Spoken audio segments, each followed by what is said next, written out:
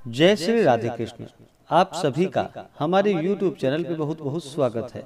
आइए सुनते हैं वैशाख मास महात्म्य में पहले अध्याय की कथा। हिंदू धर्म में वैशाख महीने का बड़ा ही विशेष महत्व माना गया है। वैशाख के महीने में गंगा स्नान करना, दान पुण्यों का कार्य करना, भगवान विष्णु का पूजन करना, यह सब अनंत गुना पुण्य फलदायी माना गया है। वैसे कार्तिक के महीने में, माघ के महीने में और वैशाख के महीने में जो भी भक्त सच्ची श्रद्धा के साथ सूर्योदय से पूर्व ही गंगा स्नान करते हैं, इससे अनंत गुना पुण्य फलों की प्राप्ति होती है। और वैशाख के महीने में खासकर बतलाया गया है कि वैशाख के महीने में अगर सूर्योदय से पूर्व, जो कि चैत्र शुक्ल पूर्णिमा से लेकर के वैशाख शुक्ल पूर्णिमा तक, अगर प्रतिदिन प्रातः काल सूर्योदय से पूर्व किसी तीर्थ स्थान, नदी, कुआं, बावली, सरोवर अथवा अपने घर पर ही शुद्ध जल से स्नान करे और नृत्य कृत्य के अतिरिक्त ओम नमो भगवते वासुदेवाय या हरे राम आदि मंत्रों का यथाशक्ति जप करके एक बार भोजन करे। 31 दिन तक ऐसा कर्म करने से अनेक प्रकार के रोग और दोष दूर हो जाते हैं एवं प्रभाव तथा पुण्य बढ़ता है। और इस दौरान स्नान करते हुए, जो कि वैशाख मास महात्म्य का कथा भी श्रवण अवश्य ही करनी चाहिए। वैशाख के महीने में, जो कि विशेष करके जल दान का बड़ा ही विशेष महत्व माना गया है। जल आदि का दान करना चाहिए। अन्न, वस्त्र, स्वर्ण, गौ, भूमि, जो भी आपका सामर्थ्य हो उसके अनुसार दान पुण्यों का कार्य करना चाहिए। और वैशाख के महीने में, जो कि भगवान विष्णु का, अपने इष्ट देवता का पूरे विधि विधान के साथ पूजन करना चाहिए। भगवान विष्णु का, जो कि जल, पुष्प, तिल, तुलसी दल आदि से पूजन करके धूप दीप दिखानी चाहिए, नैवेद्य अर्पित करके। उसके बाद फिर वैशाख मास महात्म्य का कथा श्रवण करनी चाहिए। इससे व्यक्ति के सभी प्रकार के पापों का नाश होता है। तो आइए सुनते हैं वैशाख मास महात्म्य में पहले अध्याय की कथा। तो बोलिए प्रेम से भगवान विष्णु की जय, माता लक्ष्मी की जय, सर्व देवी देवता की जय। सभी भक्तजन परम पुरुष नारायण को नमस्कार कर तथा प्रकाश स्वरूपा देवी सरस्वती एवं श्री व्यास जी को नमस्कार करके जय शब्द का उच्चारण करें। सूत जी कहते हैं कि परमेष्ठी ब्रह्मा जी के पुत्र महामुनि नारद जी से राजा अम्बरीश ने पुनः परम पवित्र वैशाख महात्म्य पूछा। राजा अम्बरीश ने कहा कि हे अनग ब्राह्मण, जब मैंने आपके द्वारा वर्णन किए गए सभी मासों के श्रेष्ठ महात्म्य सुने तो निश्चित हुआ कि वैशाख मास सभी मासों में श्रेष्ठ मास है। इसलिए उस मास का महात्म्य विस्तार पूर्वक सुनने के लिए मेरा हृदय बड़ी उत्सुकता से व्याकुल है। हे ब्राह्मण, यह मास कैसे भगवान विष्णु का परम प्रिय है तथा परम प्रभु के अत्यंत प्रिय। इस मास में भगवत प्रिय धर्म कौन से हैं? उनमें भी करने योग्य कौन से धर्म है जो भगवान विष्णु को अत्यंत प्रिय है? उसमें कौन सा दान करना चाहिए और उसका क्या फल है तथा किस उद्देश्य से उन्हें करना चाहिए?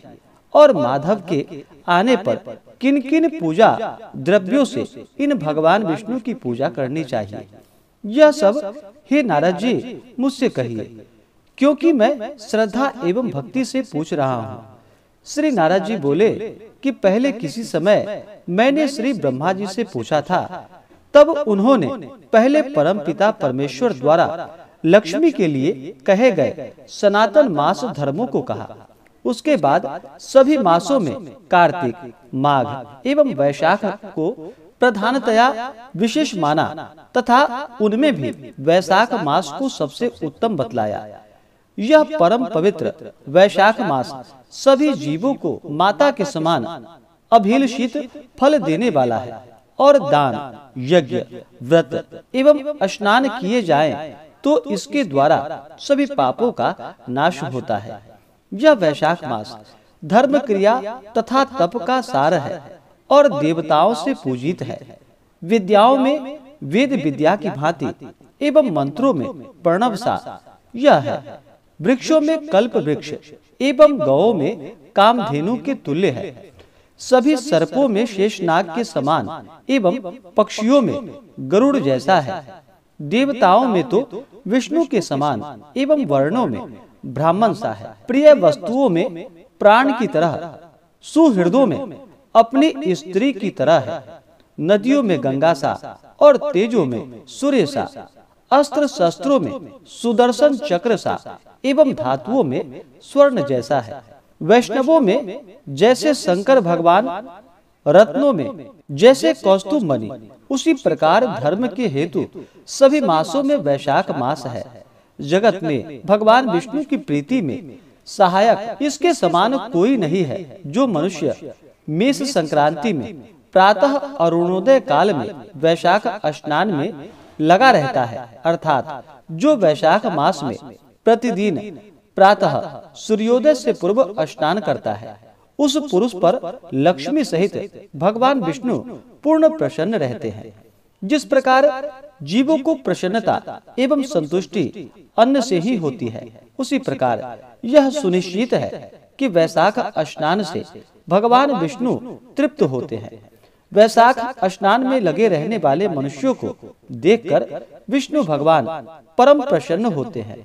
केवल वैशाख स्नान मात्र से ही मनुष्य सभी पापों से छुटकारा पाकर विष्णु लोक में पूजा प्राप्त करता है। मेष राशि स्थित सूर्य काल में प्रातः एक बार भी स्नान कर अपना नित्य कर्म करने वाला पुरुष सभी पापों से छुटकारा पाकर भगवान विष्णु के सायुज्य पद को प्राप्त करता है। और वैशाख मास में स्नान के लिए यदि एक पग भी दे तो निश्चय है कि वह 10,000 अश्वमेध यज्ञों का फल पाता है। अथवा जो एकाग्र चित्त होकर वैशाख स्नान के लिए संकल्प मात्र भी करता है, तो इसमें संदेह नहीं कि वह भी 100 यज्ञों का फल पाता है।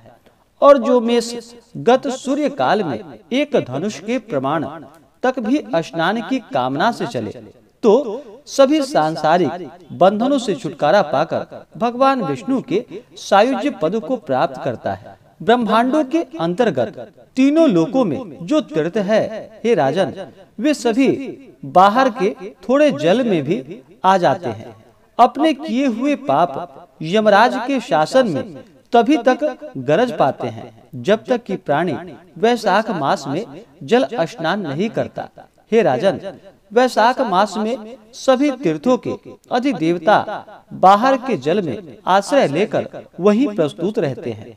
सूर्योदय से लेकर 6 घड़ी तक भगवान विष्णु की आज्ञा से मनुष्यों के हित के लिए रहते हैं। तब तक जो मनुष्य नहीं आते हैं, उन्हें कठिन श्राप देकर अपने अपने स्थान पर चले जाते हैं। अतः हे राजा, वैशाख मास में स्नान अच्छी प्रकार से अवश्य करनी चाहिए। तावन्ना गच्छताम पूषाम शापम दत्वा सुदारुणम स्वस्थानम यान्त्री राजेंद्र तस्मात् स्नानम समाचरेत। इस प्रकार से स्कंद पुराण के अंतर्गत वैशाख महात्म्य में नारद एवं अम्बरीश के संवाद में स्नान प्रशंसा नामक पहला अध्याय पूर्ण हुआ।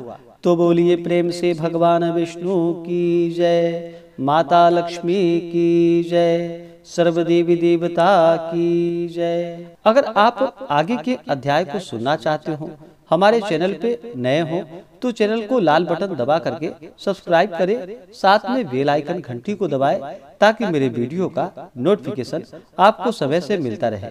वीडियो को लाइक करें, शेयर करें, सुखी रहे और स्वस्थ रहे। जय श्री राधे कृष्ण। धन्यवाद।